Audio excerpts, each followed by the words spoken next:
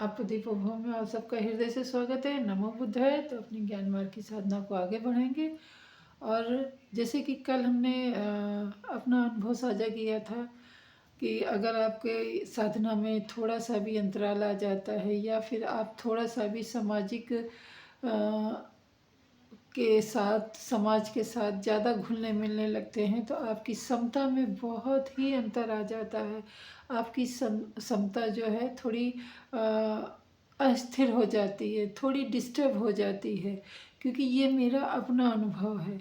जैसे ही मैं समाज से थोड़ा दूर रही तो मैं बराबर समता में थी, बराबर ध्यान लग रहा था, बराबर मन शांत था, बराबर मन में अच्छे विचार उत्पन्न हो रहे थे।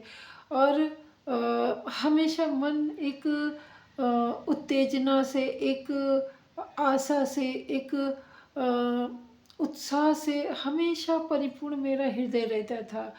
मतलब हृदय में ऐसी शांति व्याप्त थी कि हम आपको शब्दों में नहीं उसको बयां कर सकते कि हमारे हृदय में कितना हम अपने आप को शांत और ऐसा शायद मेरी गलती थी कि मैं सोच रही थी कि मैं साधना में बहुत आगे निकल आई हूँ, मैं बहुत मतलब परिपक्व होने लगी हूँ, या फिर मैंने अपने मन को थोड़ा बहुत जीत लिया है।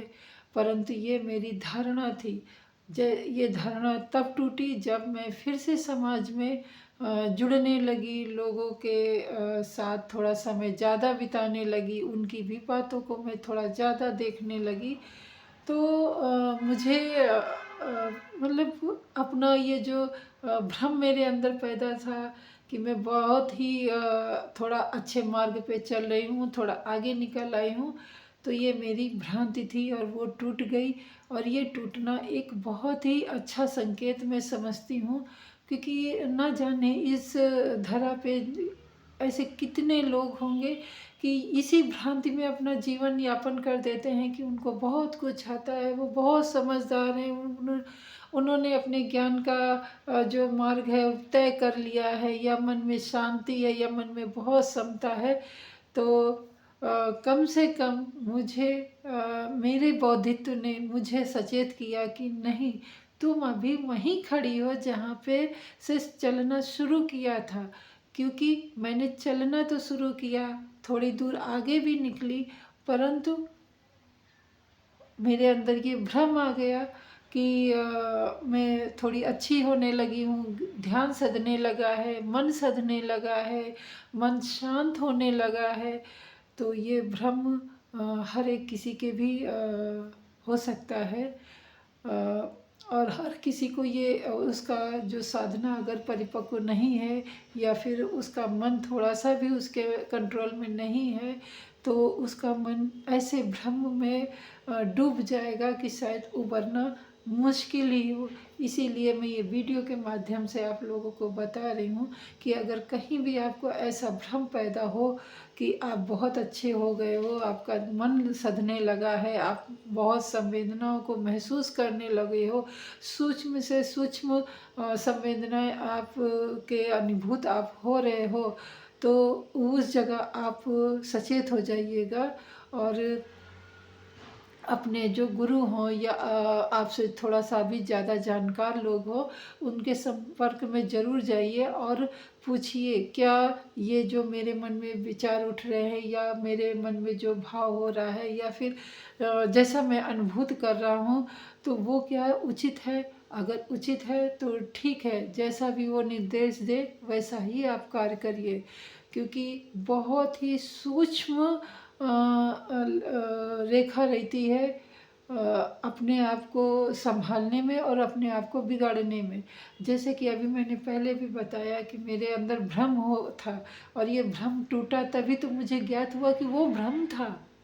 जो मैं पहले अपने विषय में सोच रही थी वो भ्रम था, और वो भ्रम था इसका ज्ञात हम किसने ज्ञात कराया, हमारे बौद्धित्व ने। जो हम शायद मैं ऐसा मानती हूँ कि शायद पिछले जन्म में ज़रूर मैंने बौद्धित्व किया होगा, जो कि मेरा जीवन वैसे वैसे आगे सधता गया, और मेरी इस उम्र के पड़ाव में आके मुझे इस ज्ञान का और इस ज्ञान के विषय में ज़्यादा से ज़्यादा जानकारी लेने की इच्छा, जिज्ञासा, लालसा बोल लीजिए, ये जागृत हुई। तो मतलब कि मैंने शायद किसी पिछले जन्म में ये ध्यान का बीज या ज्ञान का बीज बोल लीजिए या फिर बौद्धित्व का बीज मैंने बो दिया था, जो अब थोड़ा सा पुलकित हुआ था, थोड़ा सा अंकुरित होने लगा था, और मैं भ्रम में हो गई कि ये मेरा पेड़ बन गया है और या फिर बहुत ज़्यादा वृक्ष बन गया, फल देने लगा है।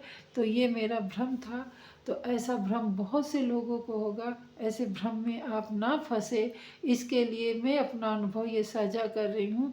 क्योंकि समाज, अपने परिवार के साथ, अपने आस पड़ोस, अपने समाज, अपने जहाँ आप कार्य करते हैं, वहाँ सब लोग ऐसे ही, बहुत सारे ऐसे लोग हैं जो आपको इतना पीछे आपकी भावनाओं से, आपकी साधना से, आपके ध्यान से, आपकी एकाग्रता से ऐसी जगह खींच के ला के खड़ा कर देंगे कि आप वहाँ पे विस्मित हो गए और चकराए हुए से महसूस करोगे कि कौन सा रास्ता अपनाएं और मैं ही क्यों ऐसा करूं।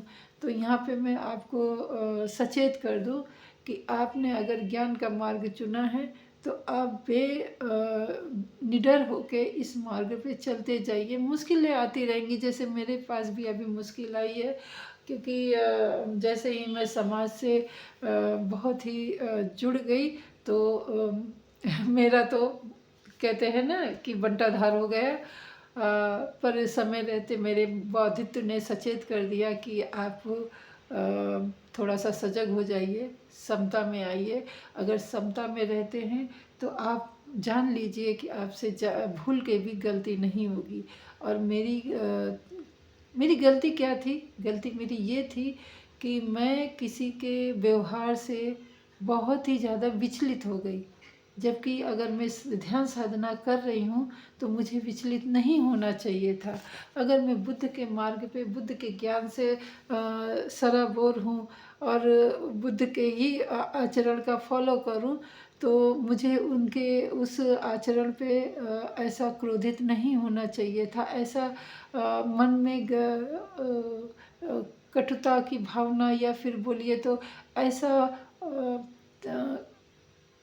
मतलब ऐसी कि मेरी व्याकुलता बढ़ गई उनके ऐसे व्यवहार से, ऐसे शब्दों के से, और ऐसे जो भी उनका मेरे प्रति व्यवहार था, उससे मैं बहुत ही प्रभावित हुई, बहुत ही भावुक हो गई कि मनुष्य अपने ही जीवन में कितने रंग बदलता है।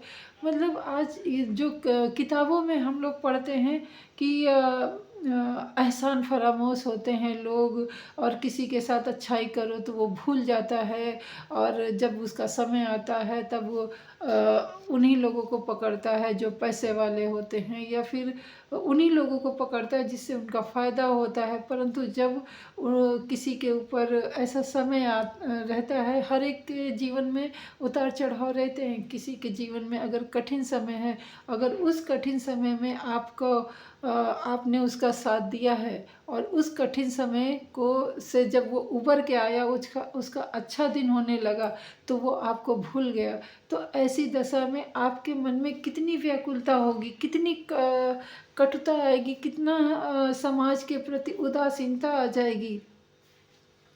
सेम ऐसे ही मेरे साथ हुआ।